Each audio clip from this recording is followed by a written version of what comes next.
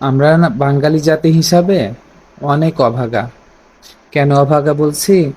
কারণ আমাদের যারা সরকার আছে তারা সারাদিন মুখে কি করে, মুক্তিযুদ্ধের চেতনা, একাত্তরের চেতনা বুলি আওড়াতে থাকে।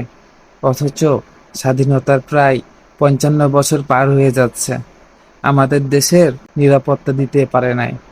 আমরা দিনে দুপুরে খুন হয়ে যাই, সেই খুন হওয়ার পরেও বিচারটুকু পাই না। তারপর আমাদের ছোট ছোট বাচ্চারা, মারা, বোনেরা, তারা রাস্তাঘাটে ঠিকমতো চলাফেরা করতে পারে না।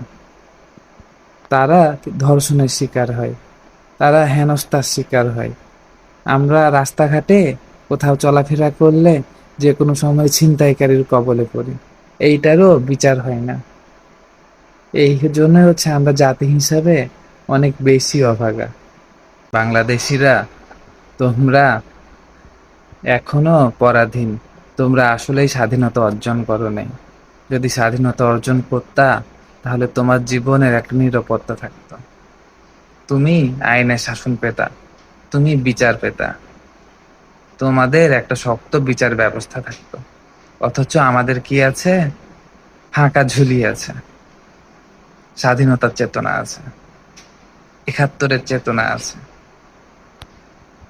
তোমার জীবনের দুঃখ যে কখন ঘুচাবে, সেটা মহান আল্লাহ তাআলাই জানে।